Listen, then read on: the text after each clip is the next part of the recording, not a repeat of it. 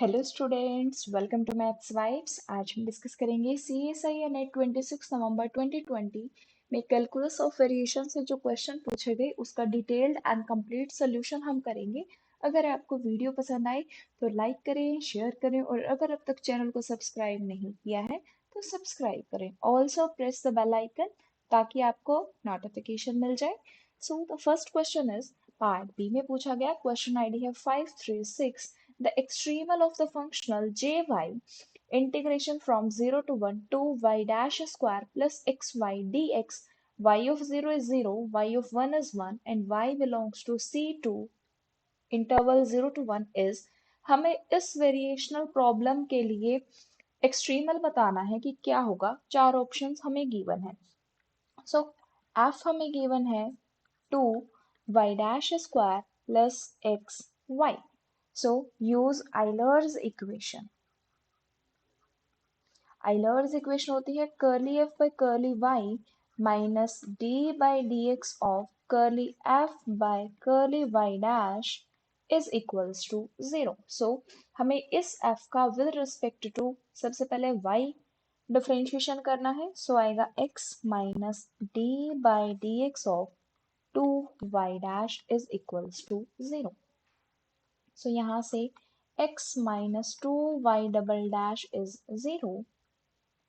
So this implies that y double dash equals to x by 2. Wait, यहाँ पर already 2 present था, so यहाँ पर हो जाएगा 4y dash. This is 4, 4. So यहाँ से हमारे पास होगा y double dash is equals to x by 4. अब हमें y की वैल्यू फाइंड आउट करनी है, so इंटीग्रेट करेंगे। सो y डैश की वैल्यू आ जाएगी x square by 8 plus c1। Again integrate करेंगे तो y की वैल्यू आ जाएगी हमारे पास x cube by 24 plus c1x plus c2। अगर हम चाहें तो यहीं से भी हम ऑप्शंस को देखकर बता सकते हैं कि कौन सा ऑप्शन हमारा करेक्ट होगा। जैसे यहाँ पर एक्स क्यूब बाय 24 हमारा प्रेजेंट है। सो ऑप्शन में फर्स्ट में है एक्स स्क्वायर बाय 12, ये हमारा डिस्कार्ड हो गया। सेकंड में है एक्स क्यूब बाय 8, ये भी डिस्कार्ड। थर्ड भी डिस्कार्ड। फोर्थ हमारा करेक्ट होगा। बाकी अदरवाइज अभी हम चेक कर लेते हैं क्योंकि हमें कंडीशंस गिवन है। y of 0 is 0 and y of 1 is 1। सो हम यहाँ से c1 c2 की वैल्यू देख लेते हैं। y of 0 is 0, so this implies that 0 is equals to c2। C2 की वैल्यू हमारे पास 0 आ गई। अब y है हमारे पास x cube by 24 plus c1x and next condition हमें गिवन है y ऑफ 1 इज 1। सो यहाँ से इंप्लाई हुआ 1 is equals to 1 by 24 plus c1। So 1 minus 1 by 24 equals to c1। So c1 की वैल्यू आ जाएगी यहाँ से 23 बाय 24। सो हमारे पास जो एक्सट्रीमल है yx वो होगा x cube by 24 plus 23 by 24। यहाँ से भी हमारा फोर्थ ऑप्शन करेक्ट हो जाएगा। एंड जो नेक्स्ट क्वेश्चन है वो हमारे पार्ट सी में पूछा गया। क्वेश्चन आईडी है 588। The extremal of the functional jy 0 to 1 e raised to the power x square root of 1 plus y dash square dx where y belongs to c2 interval 0 1 is of the form। हमें इन चारों options में से बताना है कि इन चारों में से किस फॉर्म का हमारा एक्सट्रीमल होगा for this variational problem. f हमें गिवन है e raised to the power x square root of 1 plus y dash square। f is independent of y। जब भी f independent of y होता है so curly f by curly y dash is equals to constant। curly f by curly y dash हमारा constant के equal होता है। उस constant को हमने कंसीडर कर लिया c, और हम C1 C2 भी कंसिडर कर सकते हैं क्योंकि क्वेश्चन ऑप्शंस में हमें C1 C2 टाइप से गिवन है। So curly f by curly y is equals to C1। So इसका विद रिस्पेक्ट टू हमें y डैश करना है। So e raise to the power x 1 by 2 square root of 1 plus y dash square and 2y dash equals to C1। So 2 से 2 cancel out. E raised to the power x y dash is C1 root 1 plus y dash square. Now squaring both side. हमने दोनों side square किया, दोनों side square किया तो e raised to the power 2x y dash square is c1 square 1 plus y dash square. अब हमें y dash की term एक साथ कलेक्ट कर लेते हैं, y dash square e raised to the power 2x minus c1 square is c1 square. So y dash square की value होगी c1 square by e raised to the power 2x minus c1 square. अब हम square root कर देंगे दोनों side, सो हमारे पास होगा y dash equals to c1 root e raise to the power 2x minus c1 square. अब हमें इसको इंटीग्रेट करना है, सो हम क्या करें, राइट हैंड साइड में e raise to the power x से मल्टीप्लाई करें एंड डिवाइड करें. e raise to the power x c1, e raise to the power x root e raise to the power x whole square minus c1 square. अब ये हमारा y dash के equal है, सो integrate करेंगे तो e raise to the power x को हम t consider कर लेते हैं. So e raise to the power x dx की वैल्यू हो जाएगी dt.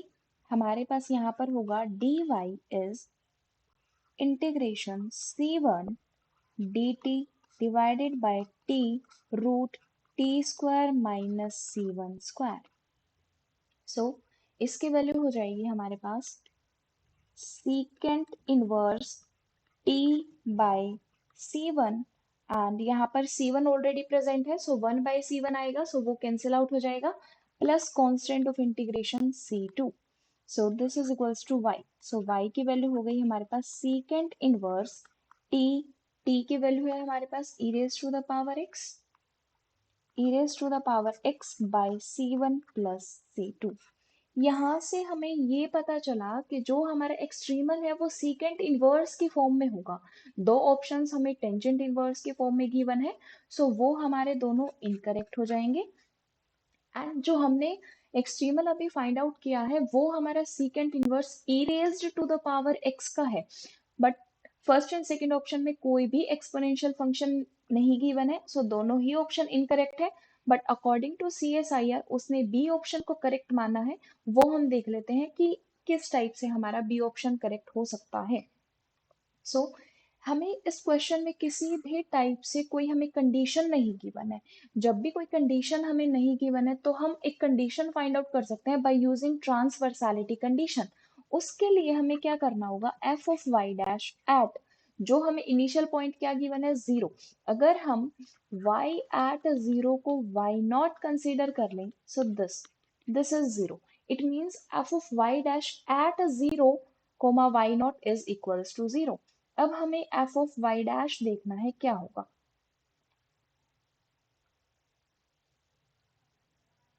हमने f of y dash ये फाइंड आउट किया, इसको इक्वल्स टू कांस्टेंट पुट करना है, सो हमारे पास आ जाएगा यहाँ से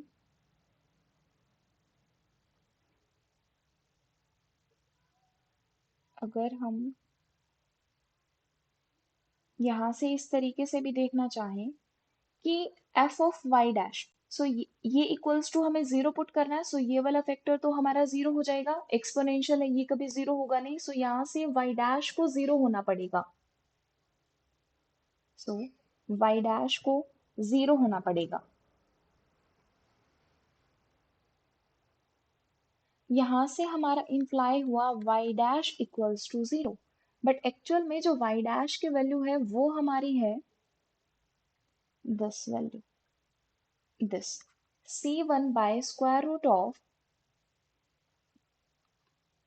c1 by square root of e raised to the power 2x minus c1 square at 0 comma y0 is 0. So at x is equals to 0, e raised to the power 0 is 1, so c1 by 1 minus c1 square is equals to 0. So या तो हमारा c1 यहाँ से 0 हो जाएगा, c1 तो हमारा 0 हो जाएगा, और ये कंफर्म है कि जो डिनोमिनेटर में फैक्टर है वो हमारा नॉन जीरो होना चाहिए, 1 minus c1 square must be non zero. और ये वाली क्वांटिटी जो है स्क्वायर रूट में ये हमारी पॉजिटिव हो. ये पॉजिटिव कब होगी, जब 1 माइनस सी स्क्वायर हमारा ग्रेटर देन 0 होगा. This implies that mode c1 हमारा लेस देन 1 होना चाहिए।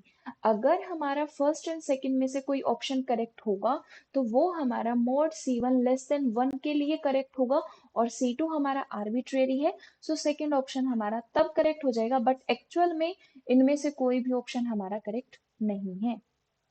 एंड जो नेक्स्ट क्वेश्चन है वो भी हमारा पार्ट सी में ही पूछा गया। क्वेश्चन आईडी है इसकी 589। Consider the functional jy integration from 0 to pi y dash square minus ky square dx with the boundary condition y of 0 is equals to 0 and y of pi equals to 0. Which of the following statements are true? The first one is it has a unique extremal for all k belongs to R. Second one is it has at most one extremal if root k is not an integer. And the third one is it has infinitely many extremals if root k is an integer. And the fourth one is it has unique extremal if root k is an integer. So इस question में f हमें given है y dash square minus ky square. Now Euler's equation fy minus d by dx of fy dash is 0. So f का with respect to y करना है. So minus 2ky minus d by dx of with respect to y dash होगा 2y dash is 0. So overall minus 2ky minus 2y double dash is 0. So यहाँ से imply हुआ हमारा y double dash plus ky equals to 0 and conditions हैं y of 0 is 0 and y of pi is 0.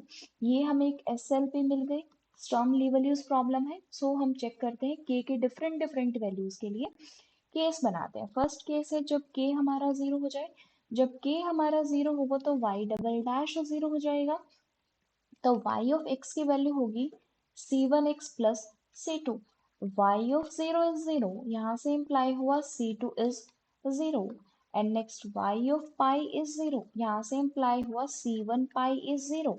पाई हमारा 0 नहीं हो सकता, सो c1 को 0 होना पड़ेगा. जब c1 0 होगा c2 भी 0 है, तो y ऑफ x कैसा आ गया? 0. ट्रिवियल है, यूनिक एक्सट्रीमल हमारा एग्जिस्ट किया. Next second case. Second case हम कंसीडर कर लेते हैं k इज नेगेटिव. जब k हमारा नेगेटिव है तो k इक्वल होगा माइनस लैम्डा स्क्वायर के, where lambda is non zero. क्योंकि लैम्डा अगर जीरो हुआ तो k जीरो हो जाएगा, जो केस हम ऑलरेडी डिस्कस कर चुके हैं. So lambda must be non zero. So हमारे पास इक्वेशन होगी y double dash minus lambda square y is zero. Auxiliary equation होगी m square minus lambda square is zero. m की वैल्यू हो जाएगी plus minus lambda. So extremal हम लिखेंगे c1 e raise to the power lambda x plus c2 e raise to the power minus of lambda x. Conditions हमें given है y of 0 is 0, सो यहाँ से imply हुआ c1 plus c2 is 0. यहाँ से हम c2 के वैल्यू फाइंड आउट कर लेते हैं minus of c1. Next condition है y ऑफ पाई इज 0. जब y ऑफ पाई हमारा 0 होगा c1 e raise to the power lambda pi plus c2 e raise to the power minus lambda pi is 0. c2 के place पर minus c1 put कर देते हैं and then common. So c1 e raise to the power lambda pi minus e raise to the power minus of lambda pi is equals to 0. ये वाला factor हमारा non zero रहेगा. ये वाला factor जब नॉन जीरो है तो यहाँ से c1 को 0 होना पड़ेगा. जब c1 0 हुआ तो बाय दिस रिलेशन c2 को भी 0 होना पड़ेगा. c2 0 हुआ, सो जब c2 c1 दोनों ही 0 हैं, सो यहाँ से y ऑफ x अगेन 0 हुआ, यूनिक एक्सट्रीमल हुआ.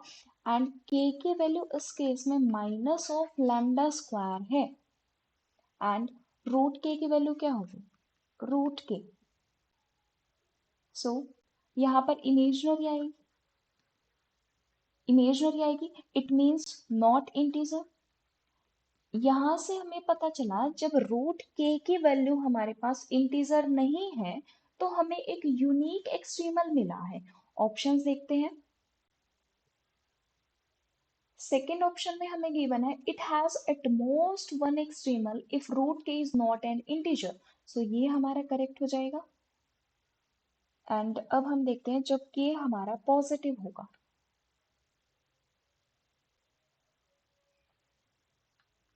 थर्ड केस इज जब k हमारा पॉजिटिव हो। k पॉजिटिव का क्या मीनिंग है? k equals to lambda square where lambda must be non zero.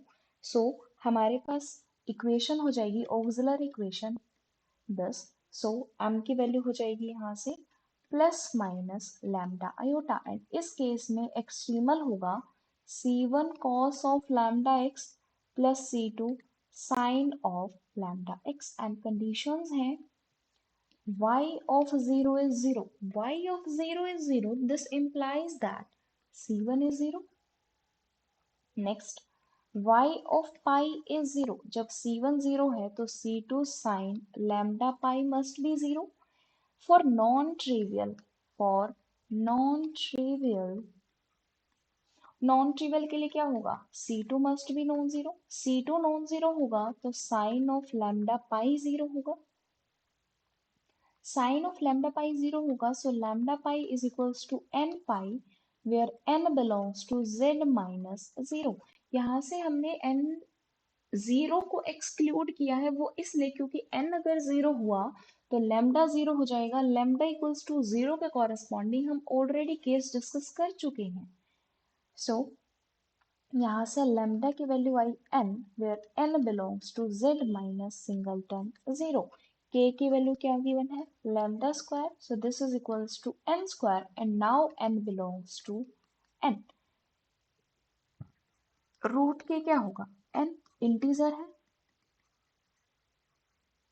और इसके कॉरेस्पॉन्डिंग जो हमें एक्सट्रीमल मिला है वो है हमारा c2 sine of n x where n belongs to set of natural number। इसका मीनिंग जब रूट के हमारा इंटीजर है तो हमें इनफाइनाइटली मैनी एक्सट्रीमल्स मिले हैं। सो अब हम ऑप्शंस देखते हैं।